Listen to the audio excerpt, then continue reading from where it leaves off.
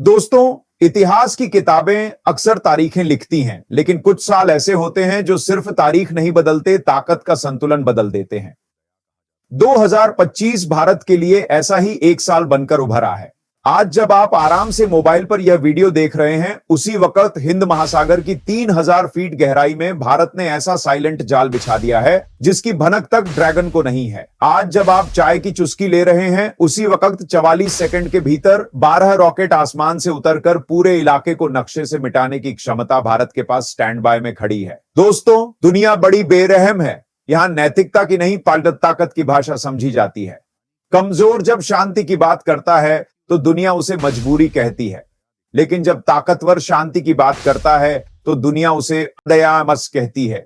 और 2025 में भारत उसी दया की स्थिति में खड़ा है। वो दौर और ये दौर एक दौर था जब भारत की रक्षा फाइलें विदेशी कंपनियों के दफ्तरों में धूल फांकती थीं। एक राइफल के लिए क्लॉज, शर्तें और राजनीति झेलनी पड़ती थी। एक तोप के लिए घोटाले के आरोप लगते थे और टेक्नोलॉजी के लिए हमें नो सुनना पड़ता था। लेकिन 2025 में तस्वीर उलट चुकी है। आज वॉशिंगटन परेशान है, बीजिंग बेचैन है, इस्लामाबाद घबराया हुआ है, क्योंकि भारत अब खरीदार नहीं, निर्माता बन चुका है।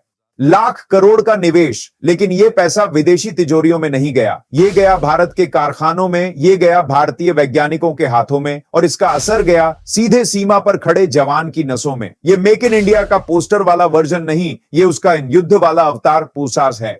सवाल ये नहीं है कि भारत ने कितना पैसा खर्च किया, सवाल यह है कि भारत ने क्या हासिल कर लिया। आखिर वो कौन से 10 हथियार हैं जिनके बाद चीन और पाकिस्तान के वॉर रूम में नक्शे दोबारा बनाए जा रहे हैं? कौन सा ऐसा हथियार है जो दिखता नहीं लेकिन दुश्मन के घर में झांक कर बैठा है? कौन सी ऐसी मशीन है जो सियाचिन की मौत देने वाली ऊंचाई पर भी पूरी ताकत से वार कर सकती है? आज हम परत दर परत इन 10 हथियारों का पोस्टमार्टम करेंगे। तो कुर्सी की पेटी कस लीजिए, क्योंकि अब शुरू होती है उलटी गिनती। पिनाका। जब आसमान मौत उगलता है दोस्तों, बहुत लोग कहते हैं आज मिसाइलों का जमाना है, रॉकेट सिस्टम पुरानी चीज हो गई है। लेकिन जो ये कहता है उसने कभी पिनाका को फायर करते नहीं देखा। 44 सेकंड, सिर्फ 44 सेकंड, इतने समय में पिनाका का एक लॉन्चर 12 हाई एक्सप्लोसिव रॉकेट दाग देता है। अब जरा सोचिए, जब एक नहीं पूरी बैटरी एक साथ फायर करती है, आसमान काला पड़ जाता है, धरती कांपने लगती है और सामने वाला इलाका नहीं, कब्रिस्तान बन जाता है। नया पिनाका क्या करता है? 2025 का पिनाका पुराने जमाने का अंधाधुंध रॉकेट नहीं है। यह गाइडेड है, स्मार्ट है और सटीक है 75 किलोमीटर तक एरिया डिनाइल। मतलब दुश्मन अपनी सीमा के अंदर भी खुद को सुरक्षित नहीं समझ सकता। सबसे खतरनाक बात, शूट एंड स्कूटन फायर किया और इससे पहले कि दुश्मन की रडार लोकेशन पकड़े, पिनाका वहां से गायब। यह हथियार नहीं, यह दुश्मन के लिए सिरदर्द है जिसकी कोई दवा नहीं। AK-203 जब राइफल भरोसा बन जाए दोस्तों, चाहे जंग कितनी भी हाईटेक क्यों ना हो जाए, अंत में जीत जमीन पर खड़ा जवान ही तय करता है। और उस जवान की सबसे बड़ी ढाल उसकी राइफल होती है। दशकों तक भारतीय जवान INSS जैसी राइफलों से जूझता रहा, जो कभी जाम हो जाती थी तो कभी वक्त पर दगा दे जाती थी। लेकिन 2025 में वो अध्याय बंद। AK-203 made in India. AK-203 सिर्फ रूस से आई टेक्नोलॉजी नहीं, अब भारत में पैदा हो रही है। अमेठी की फैक्ट्री में दिन रात हजारों राइफलें बन रही हैं। रेत, बर्फ, बारिश कोई फर्क नहीं। 7.62 गुणा 39 की गोली जो बुलेट प्रूफ जैकेट को कागज समझती है। Picatinny rail night vision laser sight, पूरा मॉडर्न पैकेज। ये सिर्फ हथियार नहीं, जवान के आत्मविश्वास की रीढ़ है। समंदर के टाइटन, सबाब ओक्सवार्ड, प्रोजेक्ट 15B और 17A, जब हिंद महासागर भारत का किला बन गया। दोस्तों, आज की जंग सिर्फ जमीन या आसमान में नहीं लड़ी जाती।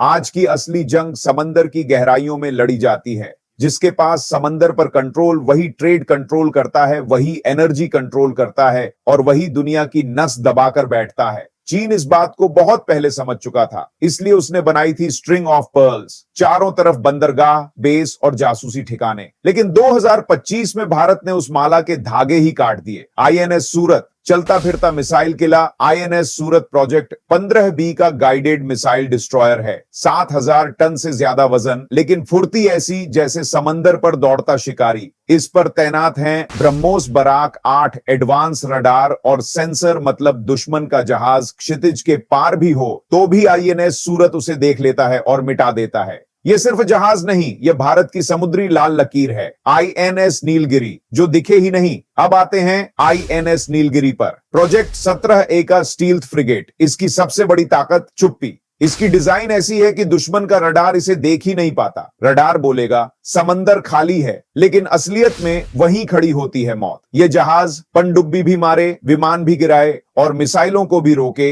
एक ऑलराउंड समुद्री योद्धा। आईएनएस वागशीर, पानी के नीचे मौत और अब सबसे खामोश खिलाड़ी। आईएनएस वागशीर स्कॉर्पियन क्लास की आखिरी पनडुब्बी। ये हफ्तों तक पानी के नीचे बिना आवाज किए रह सकती है। दुश्मन को पता भी नहीं चलता कि उसके नीचे काल बैठा है। माइन बिछाना, जासूसी करना और मौका मिलते ही टॉर्पीडो से हमला। 2025 में इन तीनों की तैनाती का मतलब है हिंद महासागर में अब कोई भी चाल भारत की मर्जी के बिना नहीं चलेगी। एएमसीए 5वीं पीढ़ी का भूत जो दिखे बिना मारता है। दोस्तों, आज की एयर वॉर डॉग फाइट से आगे जा चुकी है।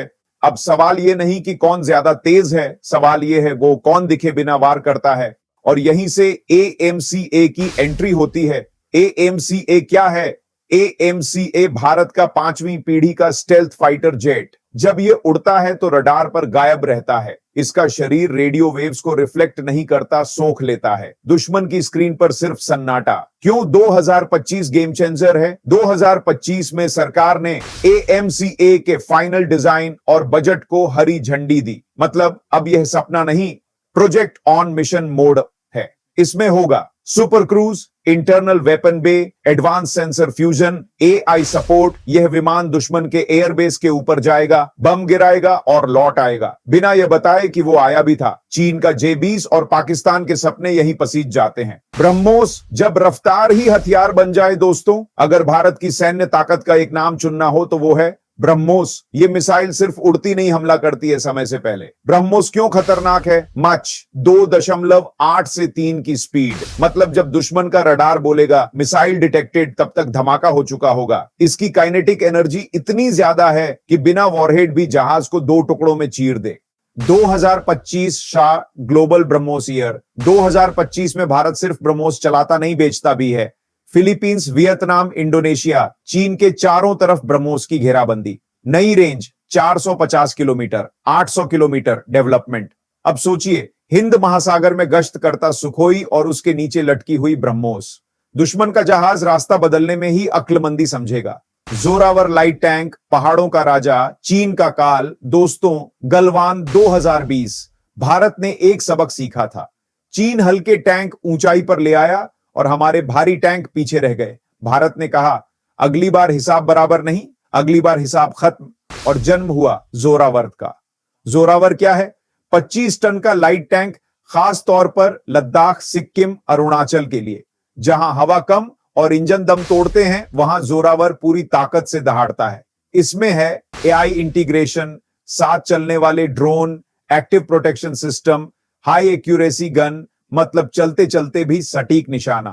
चीन के टाइप 15 का जवाब चीन का टाइप 15, जिस पर उसे बहुत घमंड था, अब जोरावर के सामने फीका पड़ता दिख रहा है। 2025 में पहले 59 टैंक और 295 की पाइपलाइन। मतलब लद्दाख में अब संतुलन नहीं, बढ़त भारत के पास। MQ-9B प्रीडेटर, आसमान का वो साइलेंट किलर जो देखता भी है और मिटाता भी। दोस्तों, युद्ध में सबसे खतरनाक वही होता है जो दिखे नहीं लेकिन हर हरकत देख रहा हो। और 2025 में भारत की तीसरी आंख पूरी तरह खुल चुकी है। MQ-9B प्रीडेटर को सिर्फ ड्रोन कहना इस मशीन का अपमान होगा। यह उड़ता हुआ वॉर रूम है, आसमान में बैठा हुआ कमांडर है और जरूरत पड़े तो जल्लाद भी। 40 घंटे की मौत। एक बार टेक ऑफ किया तो 35 से 40 घंटे तक बिना रुके हवा में। दिन हो या रात, रेगिस्तान हो या समंदर, जंगल हो या बर्फ, कुछ भी छुपा नहीं। 500 फीट से दुश्मन की सांसें तक गिनने की क्षमता। और जब आदेश मिलता है तो Hellfire missile, laser guided bomb, सीधा काम तमाम। नौसेना वाला वर्जन पनडुब्बी भी सूंघ लेता है। मतलब हिंद महासागर में अब दुश्मन सिर्फ जहाज नहीं गिनता, अपनी किस्मत गिनता है। राफेल एम समंदर के आसमान का असली राजा। दोस्तों, एयरक्राफ्ट कैरियर तभी ताकतवर होता है जब उसके ऊपर आसमान सुरक्षित हो। और 2025 में भारत ने उस आसमान को राफेल एम से भर दिया है। 26 राफेल एम, मतलब INS विक्रांत और विक्रमादित्य अब सिर्फ तैरते नहीं, गरजते हैं। ओमनी रोल दरिंदा। राफेल एम एक मिशन में 3 काम करता है। हवा में दुश्मन के फाइटर गिराना, समंदर में युद्धपोत डुबोना, जमीन पर सटीक बमबारी, छोटा टेक ऑफ, मजबूत लैंडिंग गियर, हिलते डेक पर भी शिकारी की तरह उतरता है। न्यूक्लियर कार्ड, सबसे खतरनाक बात, राफेल एम परमाणु हथियार ले जाने में सक्षम है। मतलब समंदर के बीच तैरता हुआ एयरबेस भारत की स्ट्रेटेजिक पहुंच को कई गुना बढ़ा देता है। चीन का नौसैनिक विस्तार यहीं आकर सोचने पर मजबूर होता है। ATAGS, स्वदेशी तोप जिसकी गूंज दुश्मन की हिम्मत तोड़ दे। दोस्तों, तोपें सिर्फ गोले नहीं दागती, वो मनोबल तोड़ती हैं। और ATAGS तोप नहीं, भारत का आत्मविश्वास है। 155 मिलीमीटर गुणा 52 कैलिबर, 48 किलोमीटर की रेंज। मतलब दुश्मन की तोपें हम तक पहुंचे उससे पहले हम उन्हें चुप करा दें। बर्स्ट ऑफ डेथ, 30 सेकंड, 5 गोले। दुश्मन पहले धमाके से उबर भी नहीं पाता कि 4 और उसकी सांसें गिनने लगते हैं। ऑटोमेटिक लोडिंग, हाई मोबिलिटी और पूरी तरह मेड इन इंडिया। बोफोर्स ने जो शुरू किया था, एटैक्स ने उसे अगली सदी में पहुंचा दिया। LCH प्रचंड, सियाचिन का यमराज, भारत का अभिमान। अब दोस्तों, सिंहासन के दावेदार की बात। LCH प्रचंड को नंबर 1 इसलिए नहीं रखा कि यह नया है, बल्कि इसलिए कि यह अद्वितीय है। दुनिया में कोई और अटैक हेलीकॉप्टर ऐसा नहीं जो 5000 मीटर की ऊंचाई पर पूरे हथियारों के साथ उड़ सके। जहां अपाचे भी जवाब दे दे, सियाचिन जहां मशीनें जम जाती हैं, जहां इंसान टूट जाते हैं, वहां प्रचंड उतरता है। 2 इंजन स्टेल्थ डिजाइन, रडार पर कम मौजूदगी, 20 मिलीमीटर की गन पायलट के हेलमेट से जुड़ी, जहां नजर वहां आग। मिस्ट्रल ध्रुवास्त्र रॉकेट पॉड्स, यह हेलीकॉप्टर नहीं उड़ता हुआ फैसला है। 156 प्रचंड 60 बुरा सपना, 66 वायुसेना, 90 थल सेना। मतलब चीन और पाकिस्तान दोनों फ्रंट पर एक साथ दबाव। अब पहाड़ सुरक्षित नहीं, अब रेगिस्तान भी नहीं, अब दुश्मन का कोई इलाका आराम की जगह नहीं। बड़ा पैटर्न समझिए, इन 10 हथियारों को अलग अलग मत देखिए, इन्हें जोड़िए। समुद्र में वर्चस्व, आसमान में अदृश्य पकड़, जमीन पर सटीक प्रहार और पहाड़ों में निर्णायक बढ़त। यह रक्षा नहीं, यह डोमिनेंस डॉक्ट्रिन है। भारत अब बराबरी नहीं चाहता, भारत अब बढ़त चाहता है। और 2025 वही मोड़ है जहां भारत रक्षात्मक देश से निर्णायक शक्ति बन चुका है। दोस्तों, ये हथियार युद्ध की तैयारी नहीं, युद्ध रोकने की ताकत है। क्योंकि जब सामने वाला जानता है कि जवाब विनाशकारी होगा, तो वो पहले सोचता है। अब सवाल आपसे, इन 10 में से आपको सबसे ज्यादा खतरनाक कौन सा लगा? प्रचंड, ब्रह्मोस या साइलेंट प्रीडेटर? कमेंट में लिखिए। और अगर यह कंटेंट दिल में लगा है तो जय हिंद लिखे बिना मत जाइए।